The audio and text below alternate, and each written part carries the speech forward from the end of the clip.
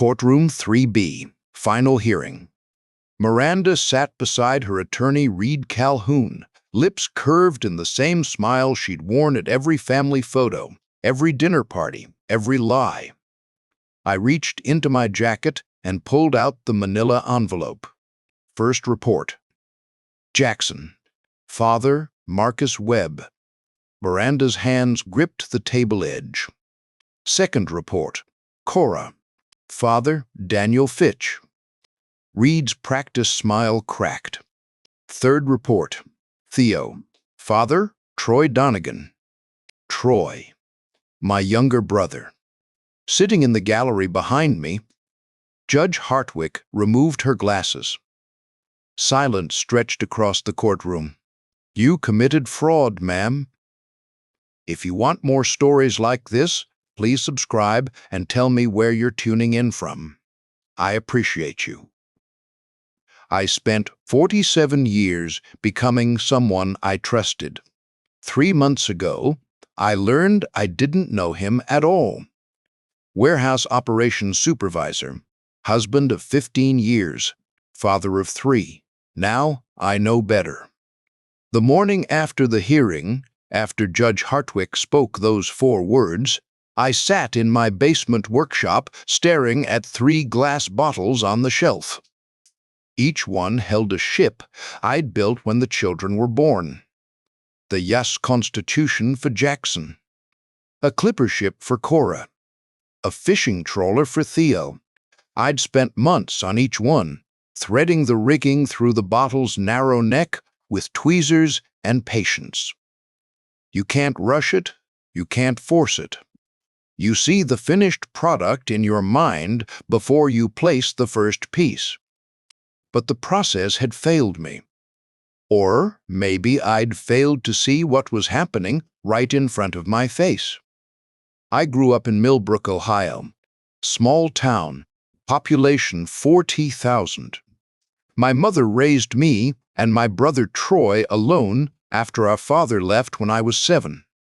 She worked double shifts at the textile mill, came home smelling of cotton dust and machine oil, and still managed to put dinner on the table every night. She never said it directly, but I understood show up. Every time. That's what matters. I took that lesson to heart. After high school, I started at the regional distribution warehouse as a dock loader. 20 years later, I ran the operations floor. 60 employees, 400,000 square feet, 3 shifts, moving product for retailers across the Midwest. Never missed a day, never called in sick, never complained when overtime stretched into weekends. That's where I met Solomon Barr, a retired colleague who'd spent 12 years on the warehouse floor before his wife's cancer forced him into early retirement. He had a way of reading people I never developed. He'd watch the new hires for a week and tell you exactly who'd last and who'd wash out. He was never wrong. During his wife's treatment, I covered his shifts for 3 months. Didn't ask for anything in return. Didn't mention it to management. That's what warehouse men do for each other. I met Miranda at the company Christmas party in 2009. I was 30. She was working as a temp in accounting, filling in during the holiday rush. Blonde hair, green eyes, a laugh that carried across the break room. She asked me about my day. Actually listened to the answer. Nobody at the warehouse did that. We married 8 months later. My mother attended the ceremony in a wheelchair. Lung cancer had already started its work, the same disease that would take her 3 years later. She squeezed my hand during the vows and whispered, "She's beautiful, Lyle. You deserve this." I believed her. We ate dinner together most nights. She left notes in my lunchbox. Small things. When Jackson was born, I started the US Constitution. Each night, after my shift, I'd go down to the basement and work on the rigging. Miranda would bring me coffee sometimes, stand behind my chair with her hand on my shoulder. That version of us feels like someone else's memory now. I built our house through overtime, 60-hour weeks for 18 months. The colonial revival in Meadowbrook subdivision, 4 bedrooms, wraparound porch, backyard big enough for a swing set. My name on the VA loan. My hands on every piece of furniture I carried through the front door. I coached Jackson's Little League team, attended every one of Cora's dance recitals, taught Theo to ride his bike on that wraparound porch, running behind him with my hand on the seat until he found his balance. Every game, every recital, every nightmare at 3 a.m. the signs were there. Miranda's jokes about my simple job that started around year 2. The Pilates classes and designer handbags funded by my overtime. The late nights at work that multiplied after each child was born. I noticed. I just chose not to see. Solomon mentioned something to me once about 6 months before Miranda filed. We were sitting in the break room, and he looked at me with those sharp eyes of his. "You ever wonder," he said, "about those business trips your wife takes?" "She doesn't take business trips," I told him. "She works at a dental office." Solomon nodded slowly. Right. Must have been thinking of someone else. I should have asked more, should have pressed him on what he'd seen. But I was too busy providing, too focused on the next mortgage payment, the next college fund deposit, the next family vacation I couldn't quite afford. Miranda filed for divorce 3 months ago. Her attorney, Calhoun, took the case on contingency, smelling blood in the water. A warehouse supervisor against a downtown shark. They calculated the numbers: $340,000 house, $180,000 in retirement accounts, $847,000 in child support until the youngest turned 18. "You should have been a better husband," Miranda told me at our last meeting before the hearing. Her green eyes held no warmth. Her rehearsed smile revealed nothing. "You'll never prove it," she said. There was something else behind her words. Something beyond the DNA tests I'd just revealed in court. A confidence that went deeper than paternity fraud. That night, I sat in my basement and stared at those 3 ship bottles. Something had shifted in Miranda's voice during that last meeting. A certainty that felt personal. I called Solomon the next morning. "I need to know what you saw," I said. He was quiet for a moment. "Then, I've been waiting for you to ask." Solomon's converted spare bedroom, coffee and dust. A police scanner crackling low. The whiteboard behind his desk tracked 3 cases in his cramped handwriting. But he'd already cleared a space in the center. He set 2 mugs on the desk, covered with folders, and lowered himself into his worn leather chair. His bifocals caught the morning light from the window overlooking his backyard bird feeder. "I've known your wife for 15 years," he said. "Watched her at company events, holiday parties.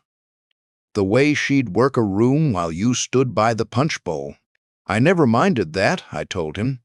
"She's better with people than I am." Solomon shook his head. "That's not what I mean. She studies people. Lyle calculates what they want to hear." He pulled a folder from his desk drawer and set it between us. "2 years into your marriage, I started noticing things. Small things at first. The way she'd mention her Pilates instructor by first name, Marcus. The way she'd check her phone during your anniversary dinner at the company party." I remembered that dinner. Miranda had laughed it off. "Work stuff," she'd said. "You know how it is."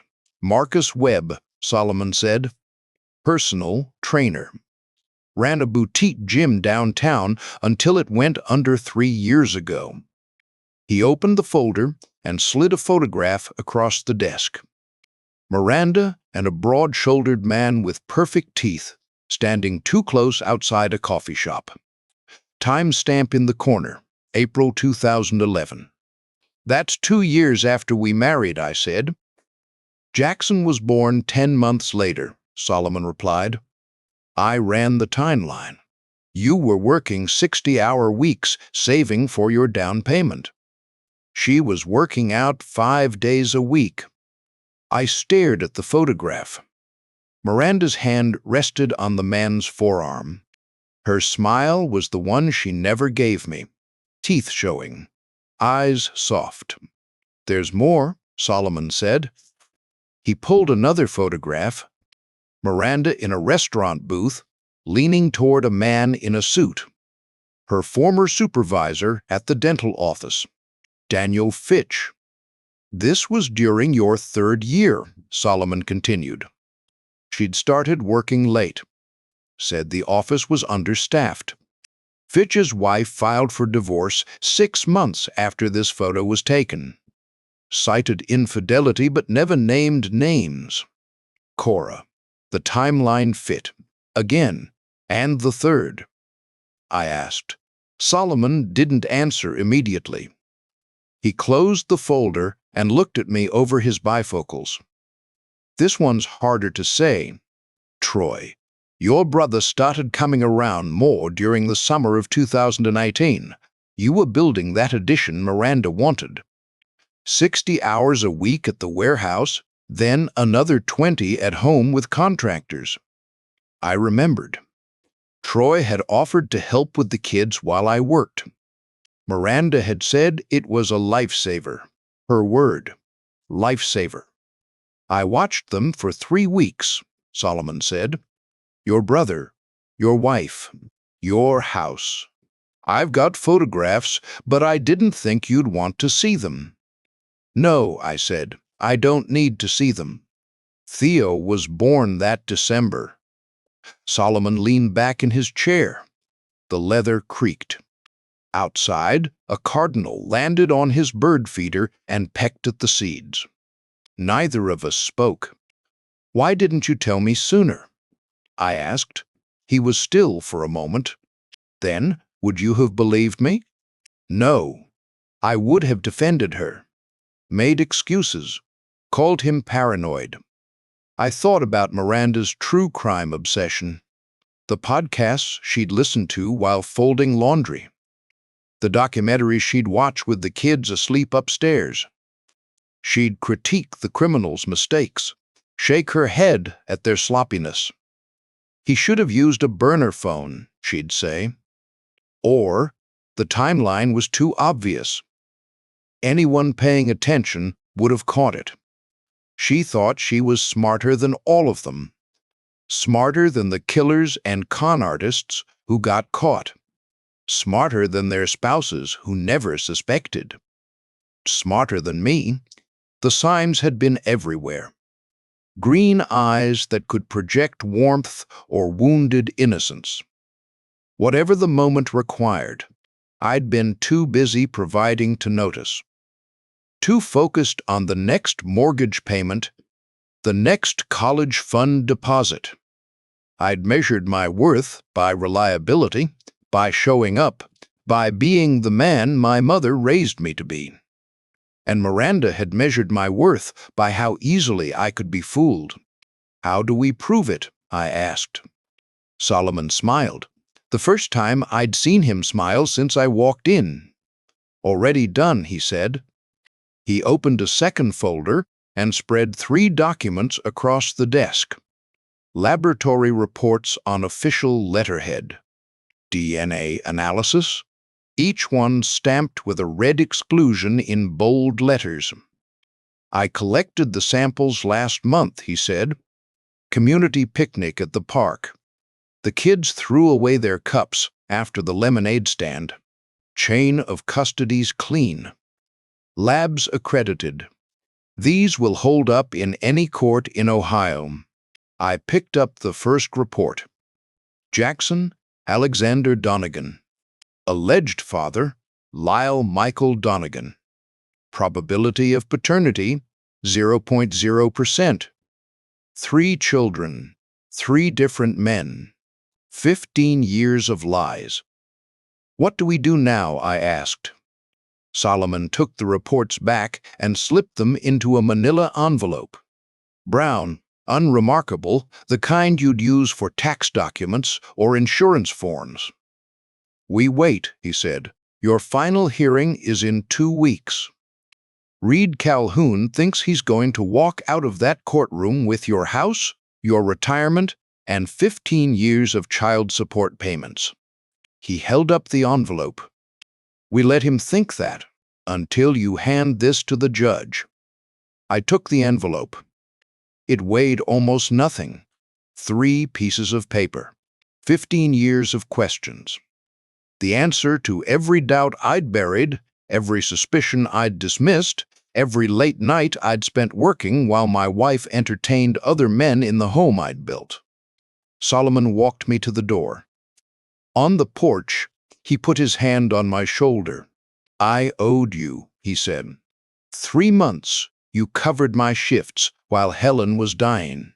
Never asked for anything, never mentioned it to anyone. I shook my head. That's not a debt. Maybe not to you, Solomon said, but I've been carrying it for 5 years. He nodded at the envelope in my hand. Now we're square. I drove home with the envelope on the passenger seat. The house was dark when I pulled into the driveway. Miranda had taken the kids to her mother's for the weekend. Packing, she'd said, getting things organized for the transition. I sat in my basement workshop until midnight, staring at the 3 ship bottles on the shelf. The US Constitution, the clipper ship, the fishing trawler. 15 years of patience. 15 years of practiced hands. 2 weeks. 2 weeks before the hearing, during our first negotiation session, I sat across from Reed Calhoun and Miranda in his downtown office. I'd seen his type before. Floor-to-ceiling windows, mahogany furniture. His diplomas hung in frames that cost more than my first car. The chairs were low. His desk was high. I understood the arrangement. Miranda wore cashmere, heels, the diamond earrings I'd bought for our 10th anniversary. Reed wore a suit that probably cost 2 months of my salary. They'd positioned themselves side by side, a united front against the warehouse supervisor who was supposed to fold. Let me explain what we're asking for, Reed said. He slid a folder across the table. The house, valued at $340,000. Half of the retirement accounts, approximately $90,000. Spousal support of $2,400 per month for 5 years. And child support. He checked his watch, adjusted his tie. Based on your income and the ages of the children, we calculate $4,722 per month until the youngest turns 18. That's $847,000 over the full term. I looked at the numbers. Nearly 15 years of my future earnings, extracted month by month. This is standard under Ohio guidelines, Reed continued. Courts are very consistent on child support calculations. The formula doesn't care about feelings. Miranda watched me from across the table. Her green eyes showed something I hadn't seen before. Not warmth, not coldness, satisfaction. You should have been a better husband, she said. She said it the way she'd said her wedding vows. Memorized, delivered. Done. If you'd been around more, she added, maybe things would have been different. I didn't respond, didn't ask what she meant by different, didn't give her the reaction she wanted. We're prepared to go to trial if necessary, Reed said. But that would only increase costs for everyone. A reasonable settlement now saves time and money. I studied the documents in front of me. The house I'd built through overtime. The retirement accounts I'd funded through decades of frugality. The children I'd raised through sleepless nights and soccer practices and bedtime stories. All of it reduced to columns and calculations. Take a few days, Reed said. Discuss with your attorney, if you have one. He said it the way you'd ask someone if they owned a yacht. I have one, I told him. His eyebrow lifted. Just a fraction. The first crack in his confidence. We'll be in touch, he said. I stood and walked toward the door. Miranda's voice stopped me. Lyle? I turned. You'll never prove it, she said. The words hung in the air between us. Reed shot her a look, the kind that said, shut up, but the damage was done. She'd revealed something. A tell. The certainty of someone who'd covered her tracks and believed them invisible. Prove what? I asked. Miranda's smile returned. The practiced one. Nothing, just making conversation. That night I drove past the house. Our house. The wraparound porch where I'd taught the kids to ride bikes. The backyard deck I'd built with my own hands. The addition Miranda had demanded, the one I'd worked 60-hour weeks to fund. Her car sat in the driveway. Lights glowed in the kitchen windows. I pulled into the garage of the apartment I'd rented after she filed. One bedroom, furniture from a discount warehouse. The walls bare, except for 3 photographs I'd taken before leaving: Jackson at his Little League championship, Cora at her dance recital, Theo on his first bike. My basement workshop sat empty now. Miranda had kept the house during the separation. The ship bottles remained on their shelf, gathering dust in a home that was no longer mine. I sat on the edge of my bed and replayed her words. You'll never prove it. Not, you can't prove anything. Not, there's nothing to prove. You'll never. One was a denial. The other was a challenge. I thought about the timeline. Jackson, born 10 months after my 60-hour weeks started. Cora, arriving after Miranda's late nights at the office, multiplied. Theo conceived during the summer my brother Troy spent at our house while I built the addition.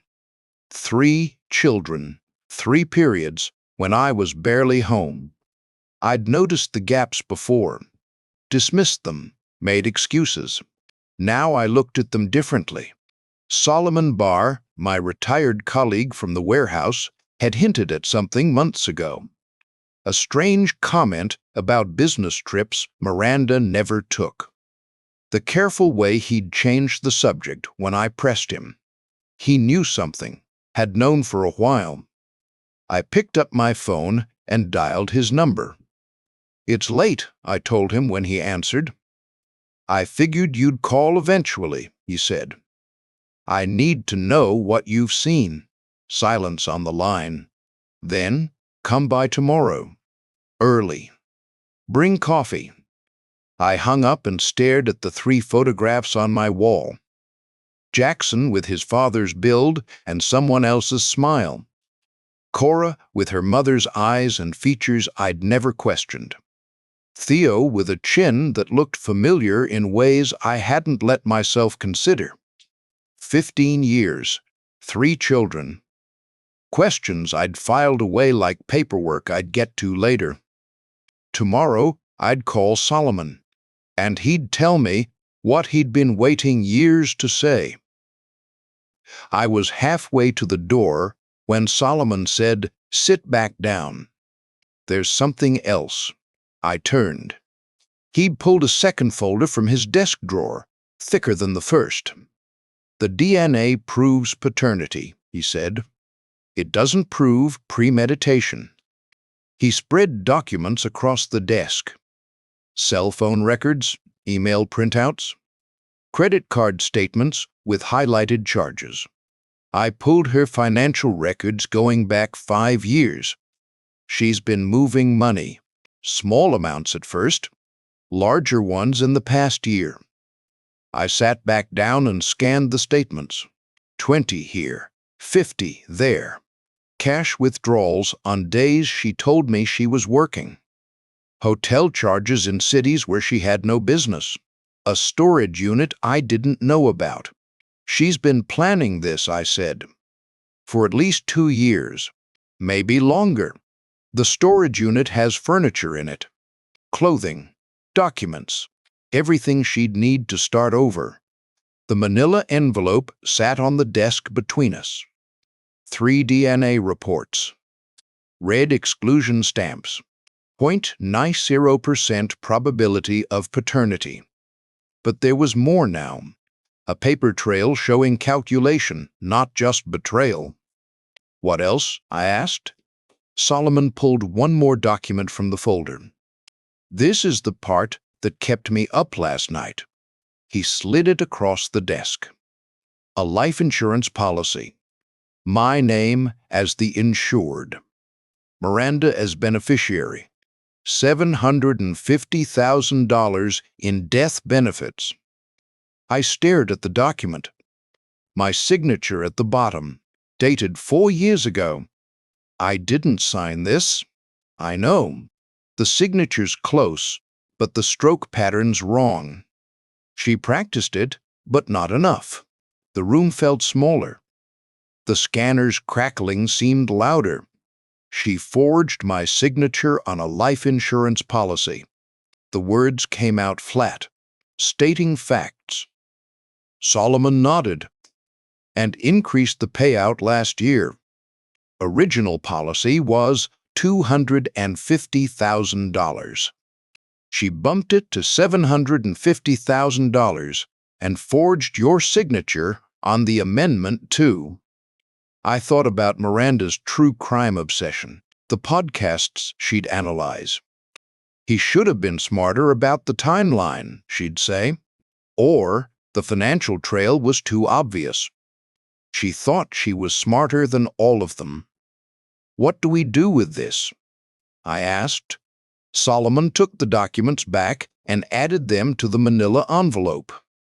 The DNA reports stayed on top. The DNA evidence ends your child support obligations. The financial records prove she was planning this divorce for years. And the forged insurance policy? He looked at me. That's fraud. Criminal fraud. The kind that gets prosecutors interested. I picked up the envelope. It weighed more now. 3 pieces of paper had become a stack.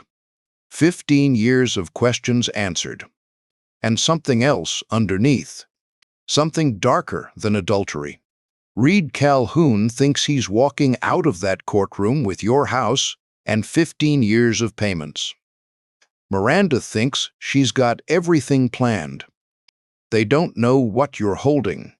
The envelope felt solid in my hands. Solomon had documented the chain of custody. Every piece admissible.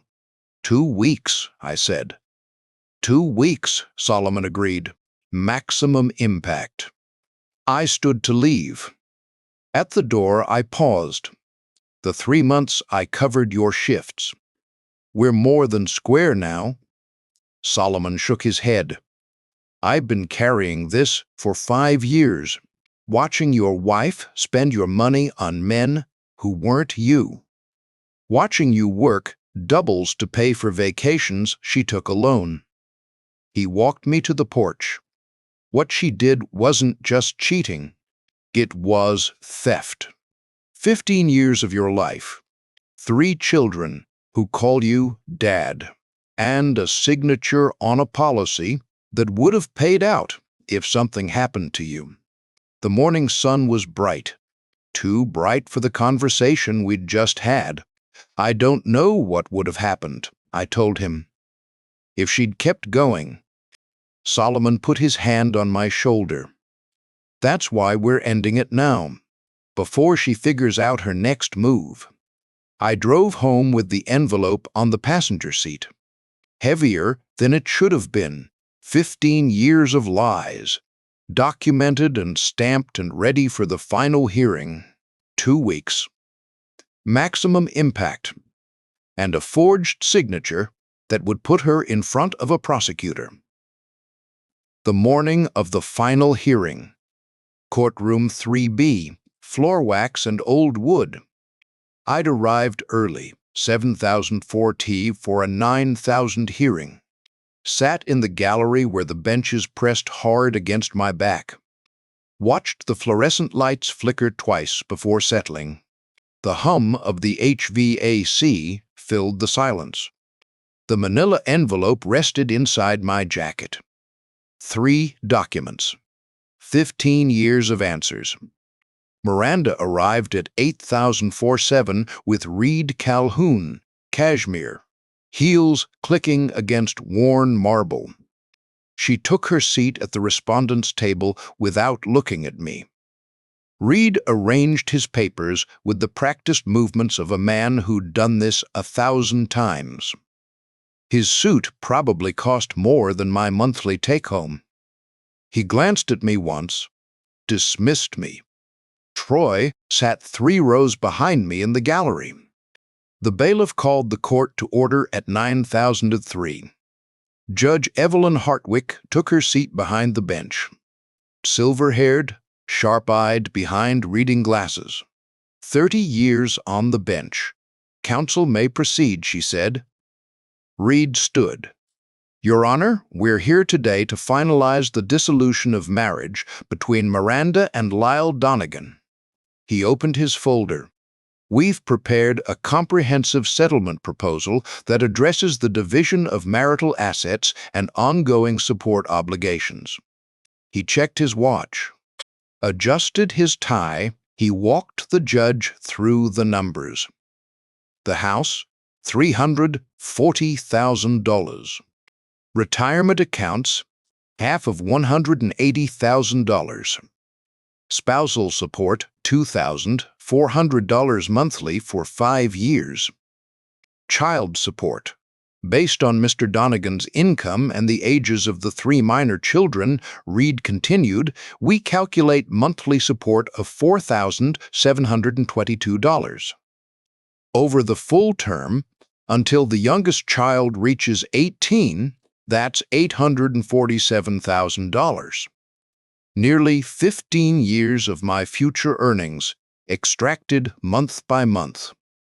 Judge Hartwick made a note. Mr. Donnegan, do you have counsel present? I stood. No, Your Honor. I'm representing myself. Reed's lips curved. The same expression he'd worn during our settlement negotiation.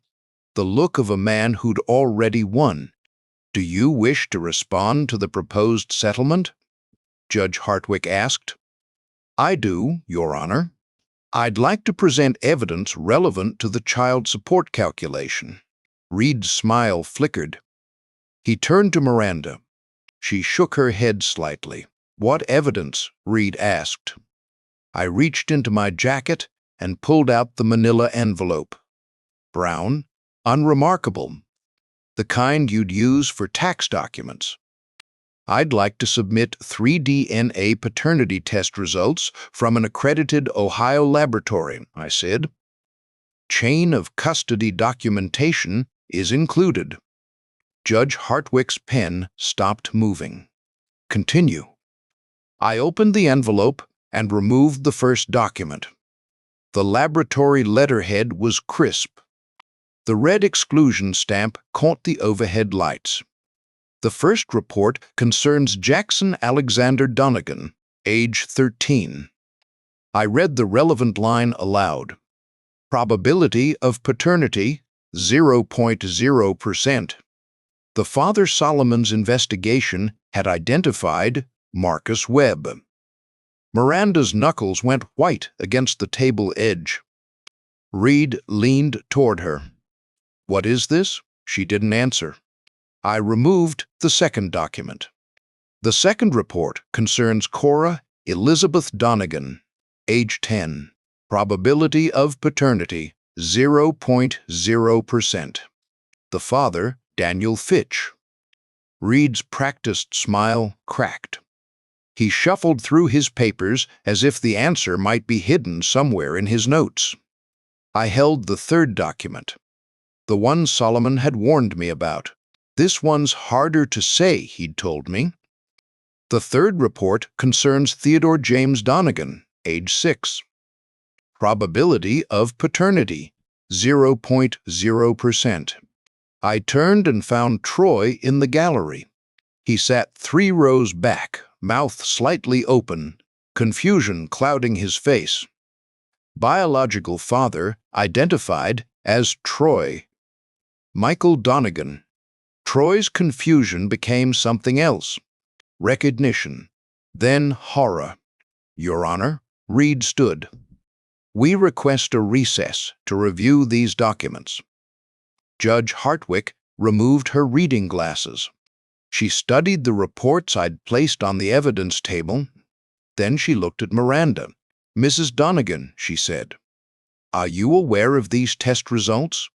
Miranda's green eyes had lost their practiced warmth. Her cashmere and diamonds seemed wrong now.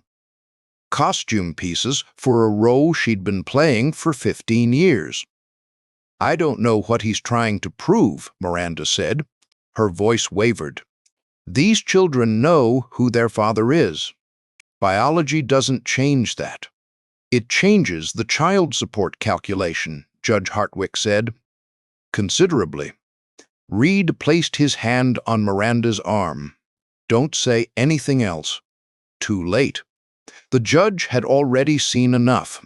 She reviewed the chain of custody documentation, the laboratory certifications, the genetic marker comparisons. These appear to be legitimate results from an accredited facility, she said.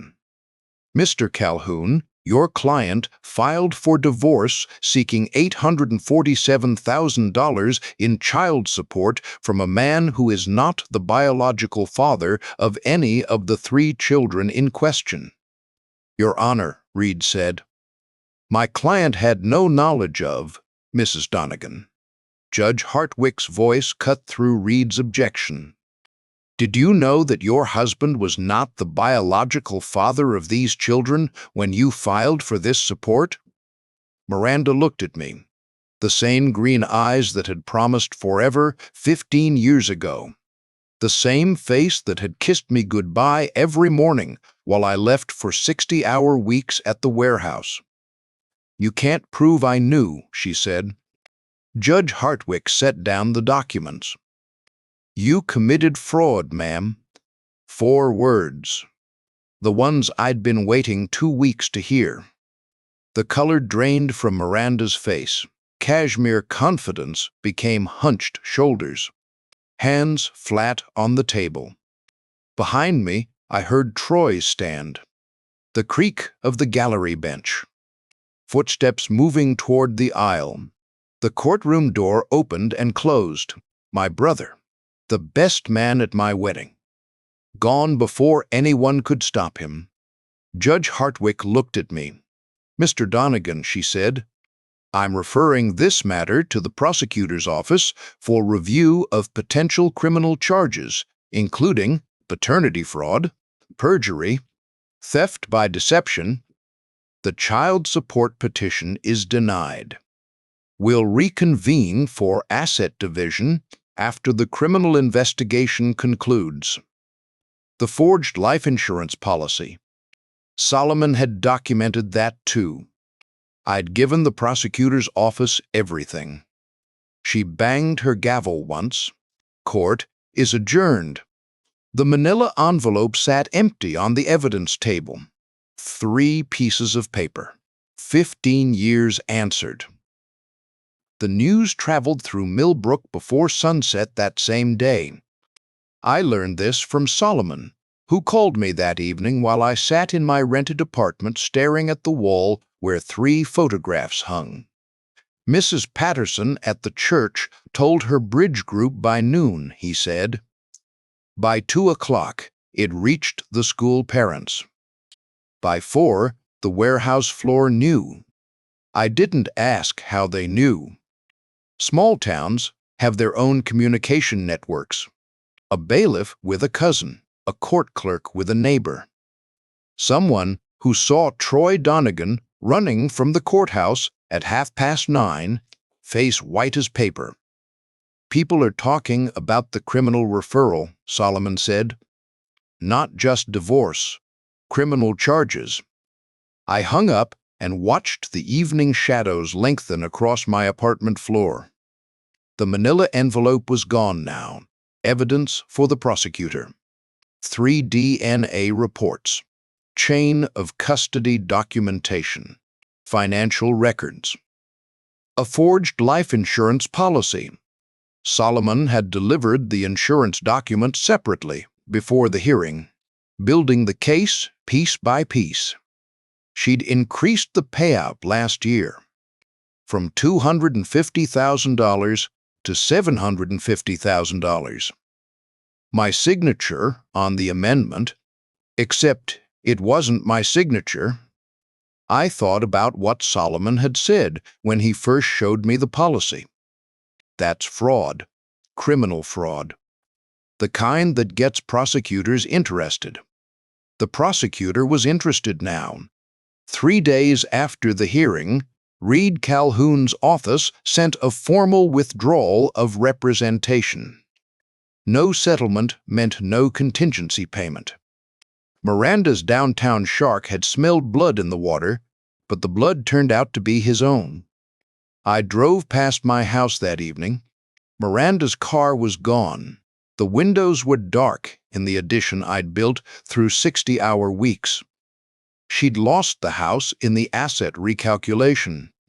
Fraud provisions in Ohio divorce law allowed Judge Hartwick to award me the property I'd paid for with my own hands.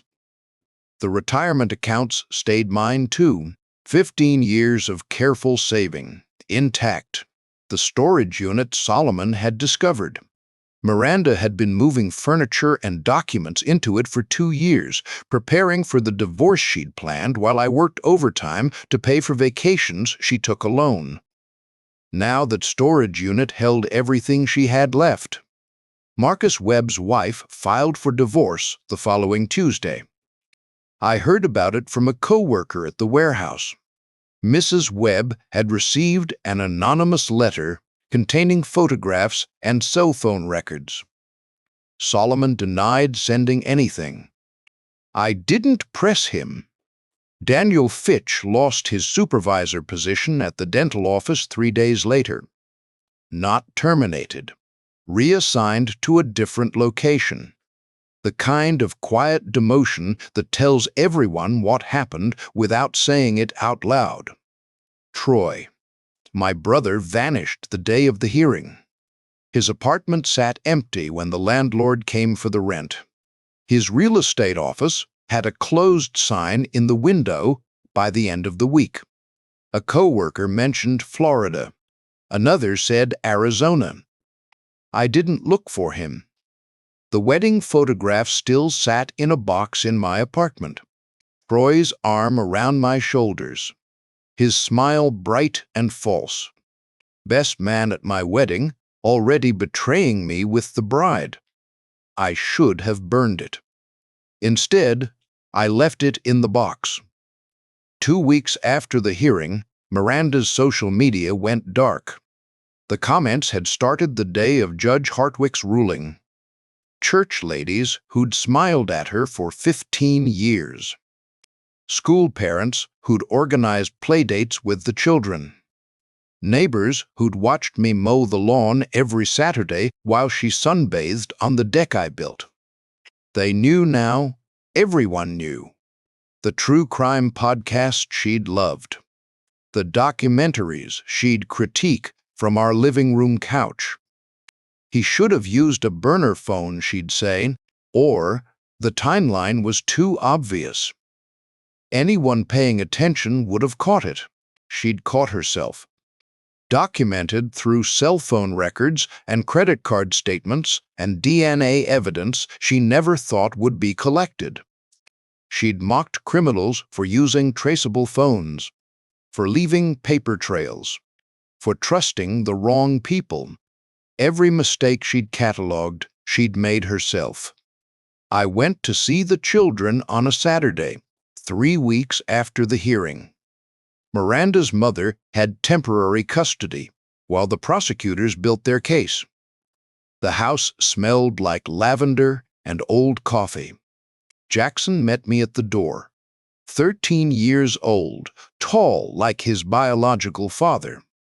But he stood the way I'd taught him, straight back, shoulders squared. "Dad," he said. Just that, one word. I hugged him and felt his arms tighten around my back. He'd read about the DNA tests. His grandmother had explained it gently, I assumed, the way adults explain terrible things to children. "Biology doesn't change anything," I told him. "I'm still your dad." "I know," he said. Cora came down the stairs slowly, 10 years old. Her mother's green eyes, but none of her calculation. She stood in the doorway, watching us. "Are you going away?" she asked.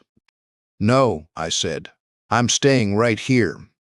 Theo ran in from the backyard, covered in mud, grinning the way 6-year-olds grin when they've found something interesting in the dirt. He threw himself at my legs, muddy hands gripping my pants. "Daddy, look what I found." A rock, gray and ordinary. He held it up like treasure. I crouched down and examined it with the seriousness he expected. "That's a good one," I said. "Can I keep it?" "You can keep it." He ran back to the yard, treasure clutched in his fist. The same boy I'd taught to ride a bike on my wraparound porch. The same boy I'd carried to bed when he fell asleep on the couch. The same boy whose biological father had been my best man. Miranda moved to a small apartment across town the following month. I heard she'd taken a job answering phones at a call center. The cashmere and diamonds were gone now, sold to pay legal fees. The prosecutor's office moved slowly. Grand jury indictments take time, but the forged insurance policy was solid evidence, and the 15 years of deception during our marriage gave them plenty to work with. 6 months later, I sat in my basement workshop. The house was mine again. The ship bottles lined their shelf. The US Constitution, the clipper ship, the fishing trawler, 3 vessels, each one built when I believed a child was coming into my life. The 4th bottle sat on my workbench, empty, waiting. I picked up my tweezers and began. My story hitting different? Tap like and rate it from 1 to 10. Explain your score below. Thank you. 6 months after Judge Hartwick spoke those 4 words, I sat in my basement workshop. The ship bottles lined their shelf, 4 completed vessels by the window well. The US Constitution, the clipper ship, the fishing trawler, 3 ships I'd built for children who weren't mine by blood. And now, a 4th finished last month. A schooner. Something new. Jackson appeared at the bottom of the stairs, taller now than when the hearing happened. He watched me thread rigging through the bottle's narrow neck. "You're my dad," he'd said the week after the DNA results became public.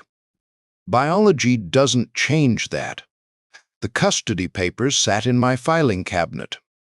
His signature on the line where he chose. His decision. The court had allowed it. Cora visited every weekend. She'd bring homework and spread it across the kitchen table where I used to eat dinner alone. We'd work through math problems together, the same way we did before the hearing. Theo was too young to understand the courtroom, the documents, the red exclusion stamps. He knew only that Daddy smiled more now, that the house felt different. Quieter, but not empty. I picked up my tweezers. A new bottle waited on the workbench. Number 5, a brigantine this time. The mast slid into position. Steady hands on the tweezers, patient work.